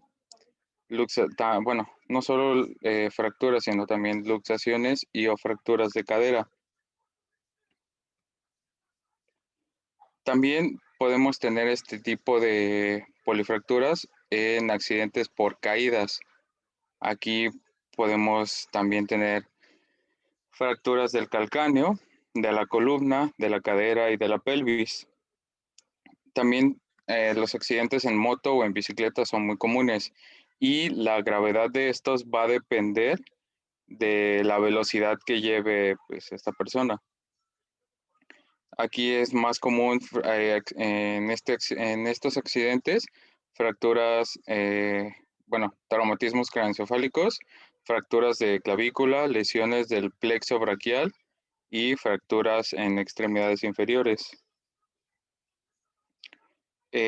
Primero que nada, el primer punto en la atención es un examen rápido. Para este es importante que se realice durante la primera hora. ¿Por qué? Porque la primera hora se le llama la hora dorada, debido a su importancia para que el paciente no presente tantas complicaciones.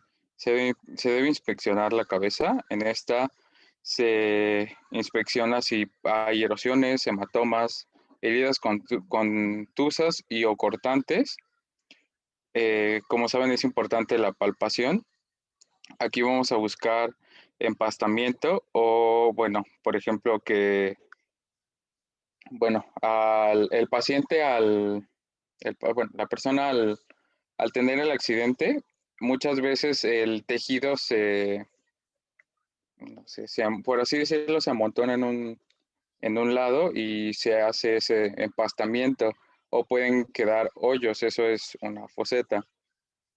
También checar el dolor localizado y el hundimiento, si hay o no hundimiento, si tenemos o no equimosis en cuencas oculares o retinomastoideas, la presencia de hemotímpano u otorragias.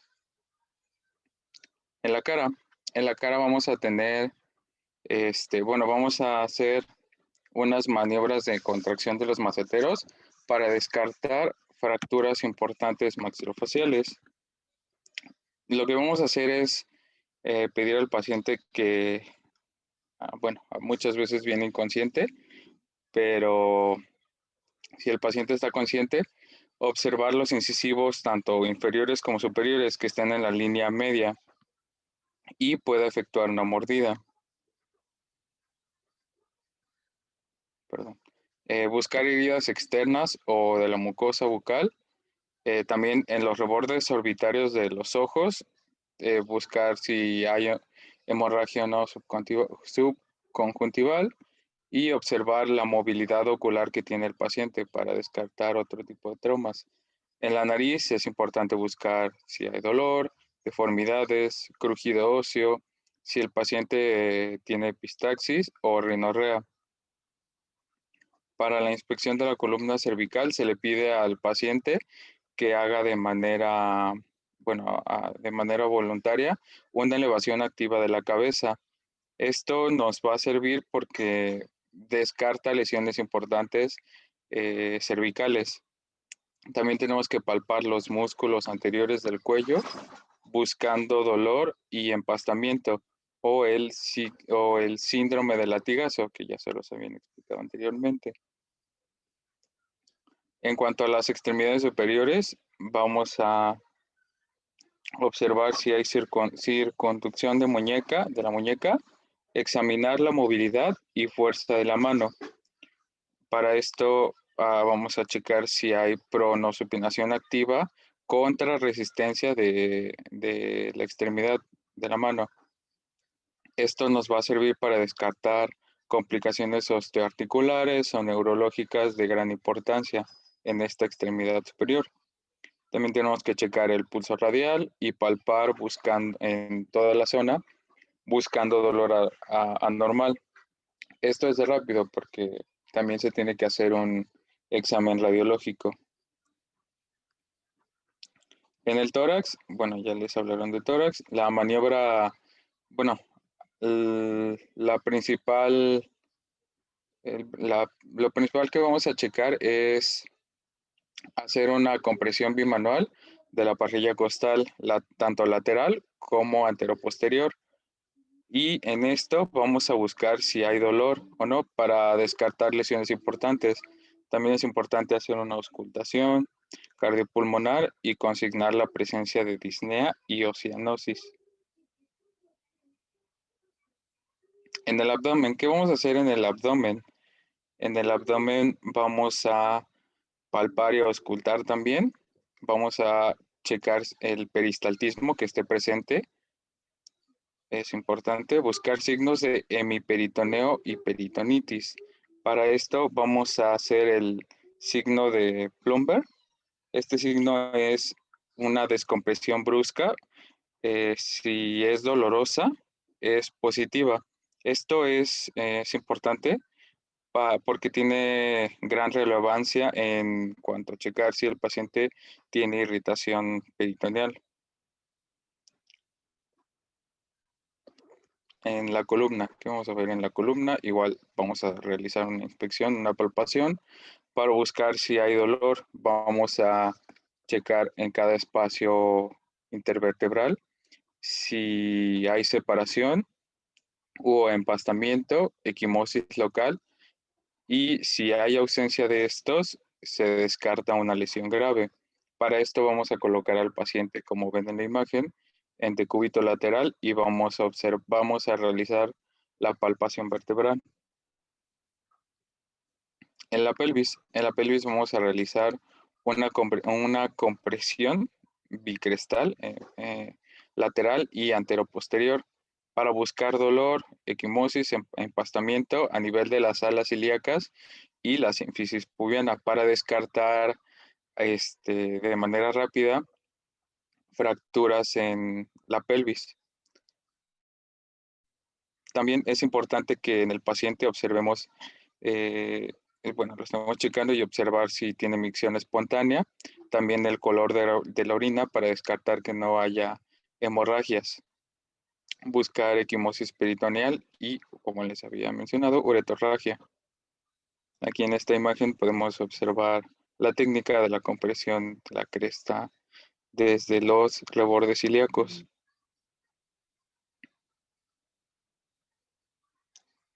Perdón.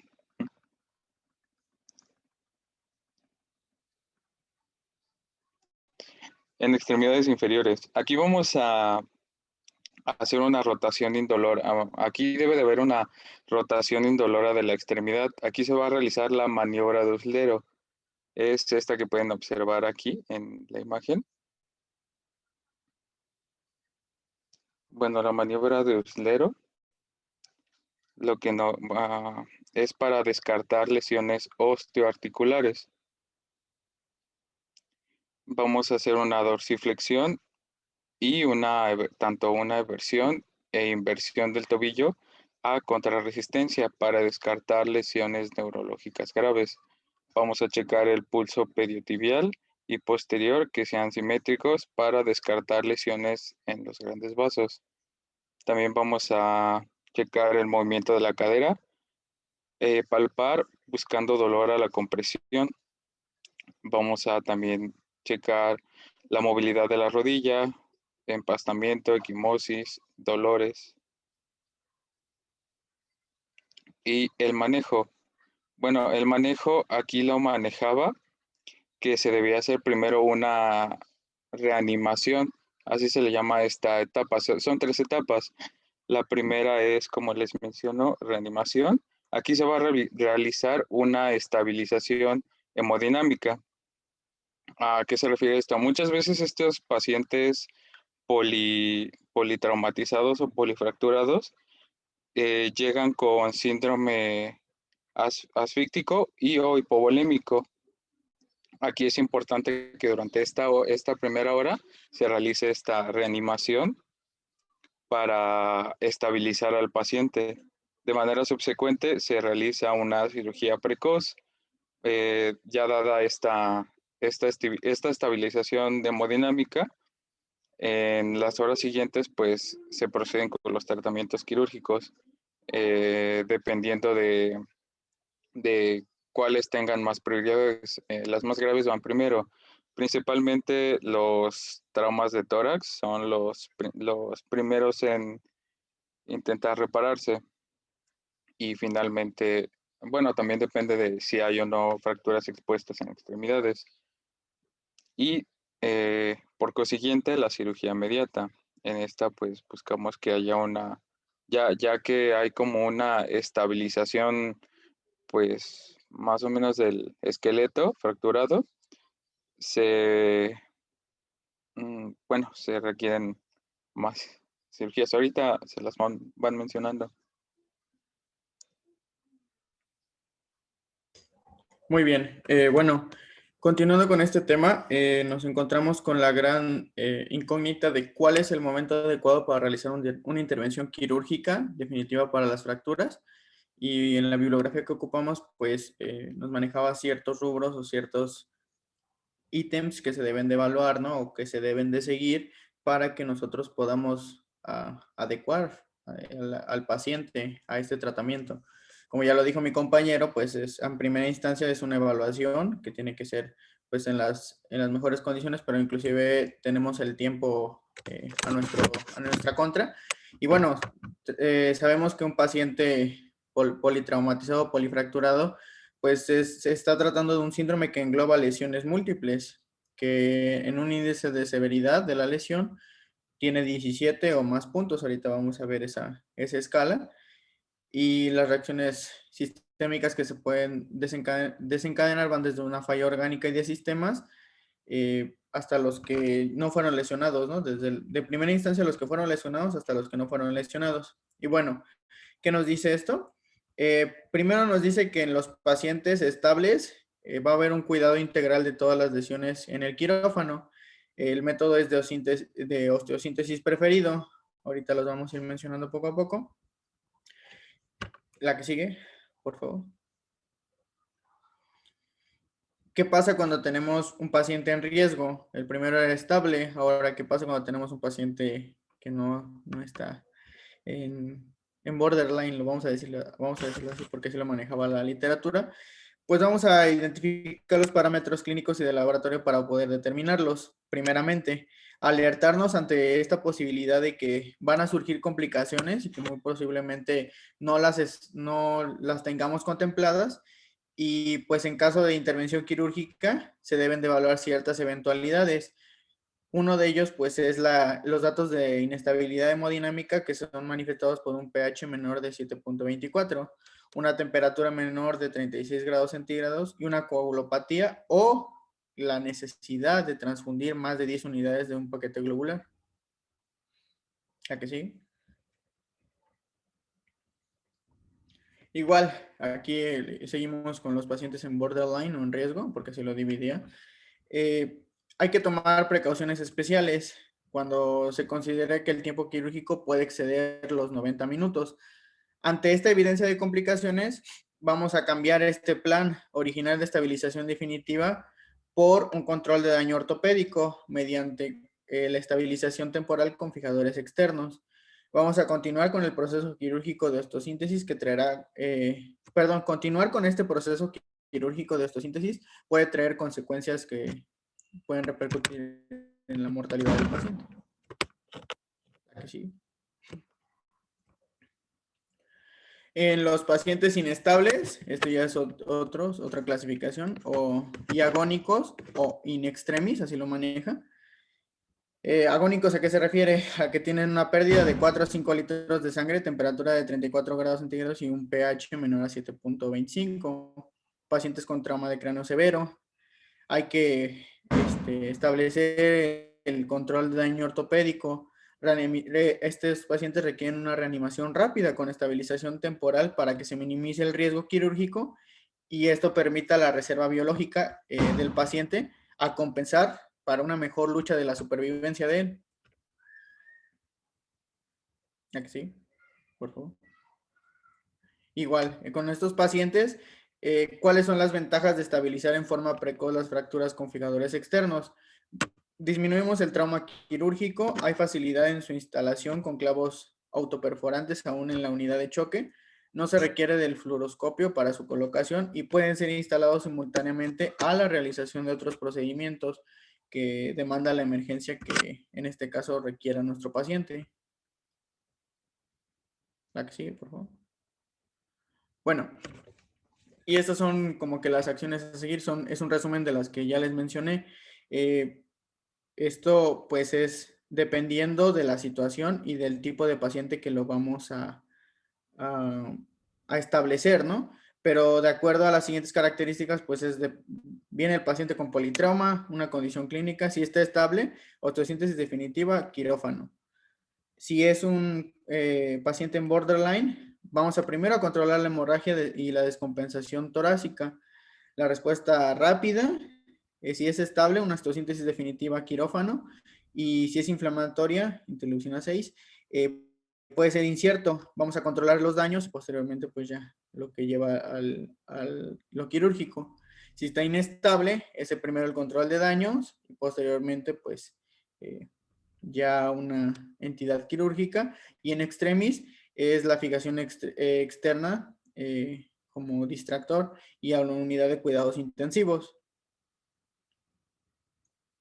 ¿Aquí sigue?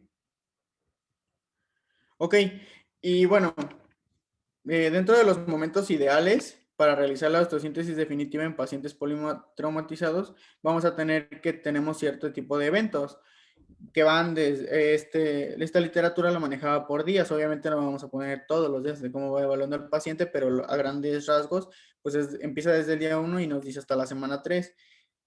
El día 1, pues es una respuesta a la lesión.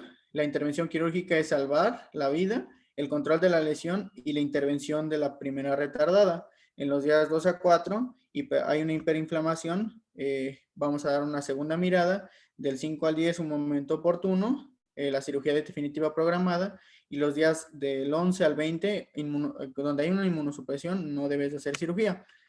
Para la semana 3 hay una recuperación y una cirugía reconstructiva secundaria. Lo vamos a ver ahorita. Sí, dale.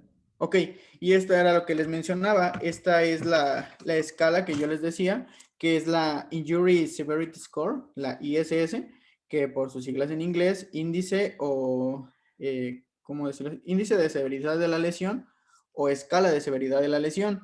¿Esto qué nos va a establecer? Bueno, si nos dicen que es un paciente que hay un compromiso multiorgánico con 17 puntos o más en esta escala, pues es lo que estamos hablando de un paciente politraumatizado, ¿no? E inclusive pues esta se va a ocupar dependiendo de la situación y obviamente se van a evaluar los ítems y al final el que obviamente a mayor número pues mayor mortalidad. Esto es lo que nos quiere decir bueno, este resultado se obtiene sumando el cuadrado de las calificaciones más altas en las 3 regiones corporales más afectadas. A eso se refiere. ¿La que sí? Bueno, para establecer lo que es el HIT, bueno, en el día 1, entendemos que en las lesiones traumáticas, la herida, debido a la inflamación y a la isquemia, produce hipoxia y necrosis. Entonces se comporta como un órgano endocrino con liberación de citocinas.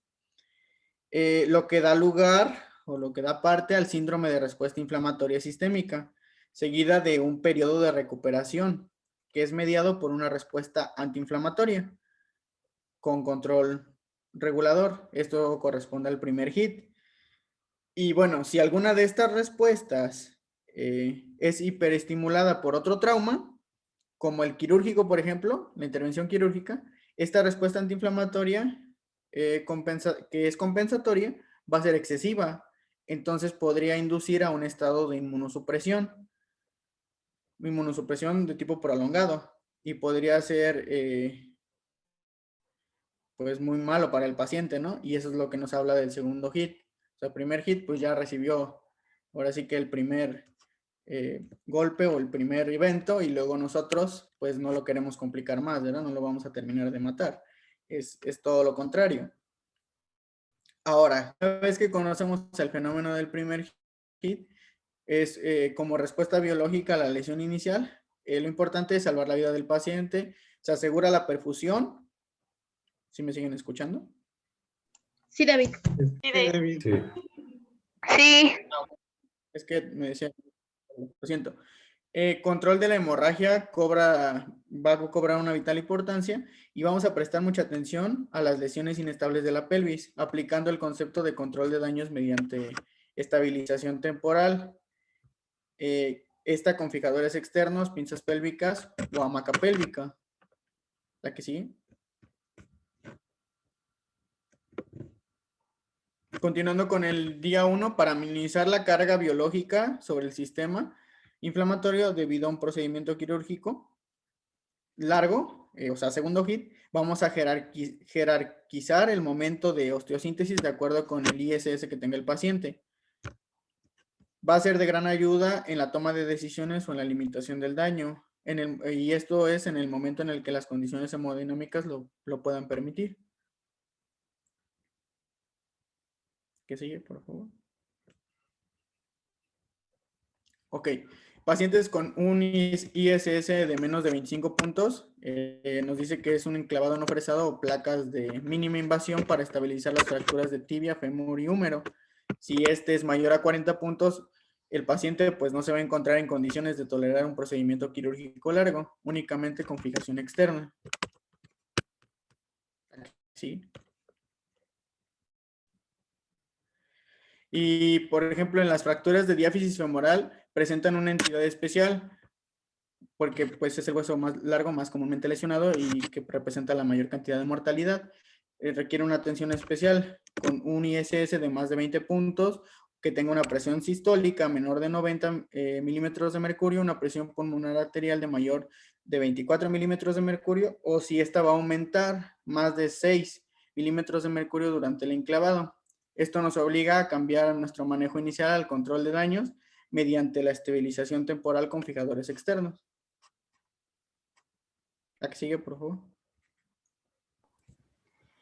Y bueno, continuando con el manejo según los días de cómo va evolucionando el paciente, durante el día 2 al 4 se considera que el paciente ya se ha estabilizado debido a todo el manejo que se obtuvo inicialmente en el día 1.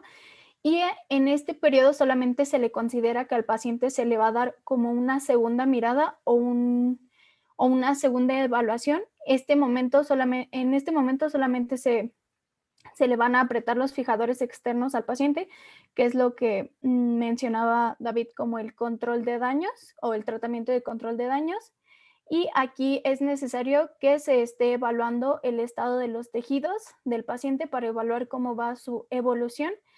Y hay que actualizar los estudios de laboratorio y de gabinete y preparar al paciente para una estabilización definitiva, obviamente en aquellos pacientes que no estaban en la clasificación de estables, porque como habíamos comentado, en la clasificación de estables se lleva a cabo una cirugía inmediata, que sería la definitiva. En este tipo de pacientes, que serían desde los de borderline, los inestables y los agudos, en estos serían en los que se llevaría a cabo este esquema.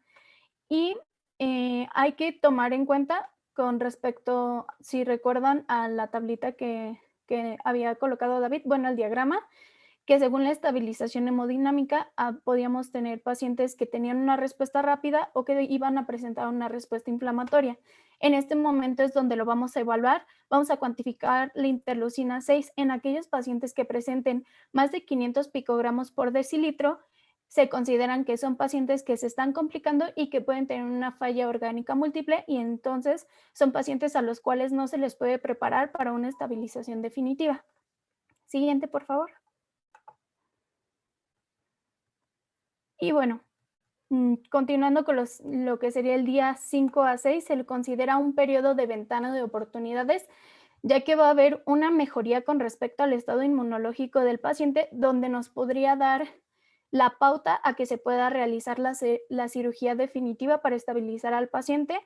En este momento el paciente se encuentra fisiológicamente estable. Sin embargo, para que nosotros podamos proceder a realizarle una cirugía definitiva, tenemos que tener en cuenta diferentes requisitos. El primero es que el paciente tenga una radiografía de tórax sin evidencia de algún incremento de infiltración en el parénquima pulmonar, al menos por 48 horas antes de la intervención quirúrgica. Tiene que tener un balance de líquidos negativo. La presión pulmonar tiene que ser de 24 milímetros de mercurio durante las últimas 24 horas. Tiene que tener una cuenta plaquetaria mayor de 95,000 y una cuenta leucocitaria entre los 2,000 y los 12,000. Y por último, una presión intracraneal de 15 centímetros de agua. Siguiente, por favor. En estos pacientes se puede realizar en este periodo una osteosíntesis definitiva. La bibliografía nos marcaba que se ha evidenciado que este periodo, como les decía, es el periodo de ventana de oportunidades, ya que debido a que presentan una mejoría inmunológica, la cantidad de complicaciones es mucho menor. Si se realiza durante el periodo del segundo al cuarto día, hay una gran posibilidad de desarrollar una respuesta inflamatoria generalizada, lo que mencionaba David como el segundo HIT, lo que llevaría a un riesgo importante de generar complicaciones. Se ha evidenciado que en los pacientes que se les realiza esta osteosíntesis entre el segundo y cuarto día presentan hasta en un 46% de los casos complicaciones. Sin embargo, en los pacientes en los que se realiza en este periodo del quinto al décimo día, se ha evidenciado que solamente un 15.7% de todos los casos pueden presentar algún tipo de complicaciones. En estos pacientes se sugiere la conversión de fijadores externos, que sería el tratamiento de control de daños, a lo que sería un enclavado centromedular. Se considera que es un método fácil y seguro, que no se asocia a la presencia de ningún tipo de complicación sistémica y que tiene una baja incidencia de complicaciones locales por infección en el trayecto de los clavos, y este se suele utilizar por 2 semanas o menos. Siguiente, por favor. Y con respecto a lo que se sugiere en los días posteriores, que sería del día 11 al 20, no se debe de realizar ninguna intervención quirúrgica en el paciente. Como les decía, lo que se considera que es más seguro o más beneficioso para el paciente es que sea entre el día 5 al 10. Y aquí es el momento en el que se establece una pausa sobre el tratamiento y se espera a ver que el paciente, cómo está evolucionando el paciente, ya que se produce un estado de inmunosupresión muy importante. Es por eso que tampoco se recomienda que se retenga la osteosíntesis hasta este momento, ya que debido a este estado de inmunosupresión, si se realiza la osteosíntesis en este momento, hay mayor probabilidad de que se presente alguna complicación en lugar de que se presente una mejoría en el paciente. Siguiente, por favor.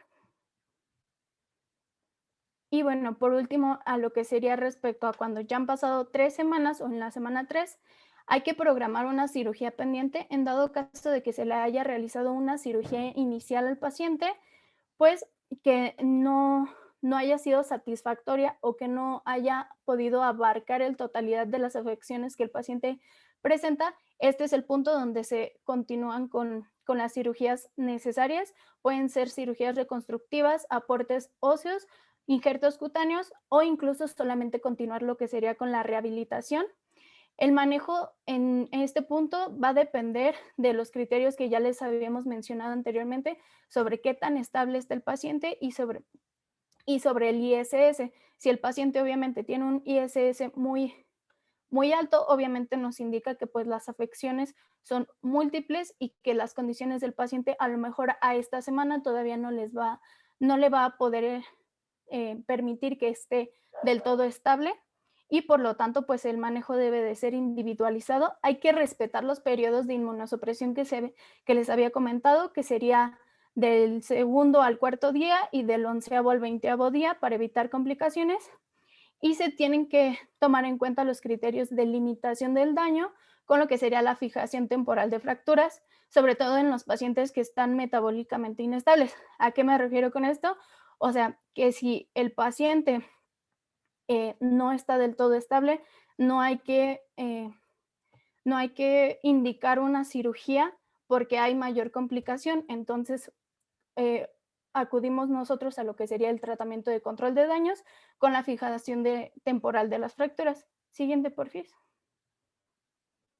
Y bueno, el utilizar este tratamiento de control de daños, que sería estabilizando las fracturas del paciente de forma temporal con los fijadores externos, uno va a permitir que se faciliten los cuidados de enfermería y va a permitir la movilización del paciente, permite que se mejore su función respiratoria, reduce el tiempo de uso de ventilador y mejora el pronóstico disminuyendo la morbilidad, la morbimortalidad del paciente.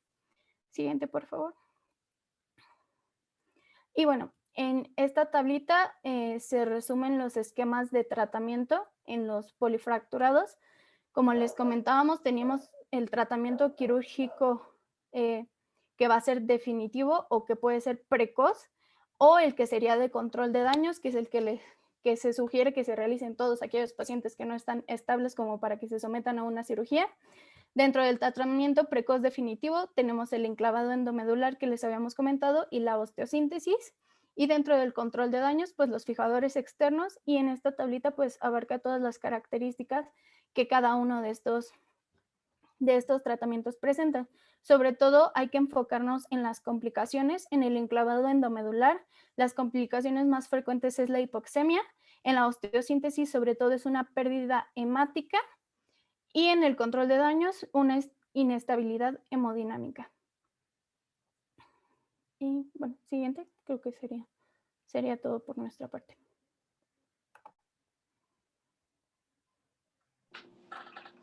Nos vamos a quedar aquí, doctores. Mañana nos vemos a la 1:30 y mañana iniciamos con dudas y preguntas. ¿Cuántos temas nos hacen falta?